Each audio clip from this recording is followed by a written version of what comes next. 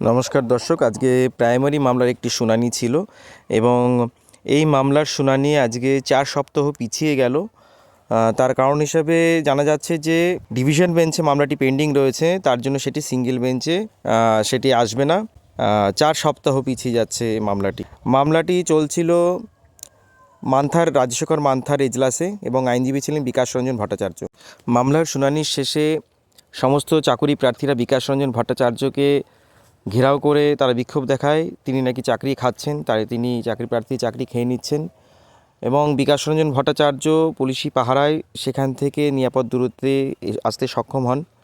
তো এরকম একটি ঘটনা আজকে আদালত চত্বরে সেখানে ঘটেছে। প্রাইমারির এই খবরে পড়ে আমাদের নজর থাকবে, আপনারা সঙ্গে থাকুন। দেখা হচ্ছে পরে ভিডিওতে। নমস্কার।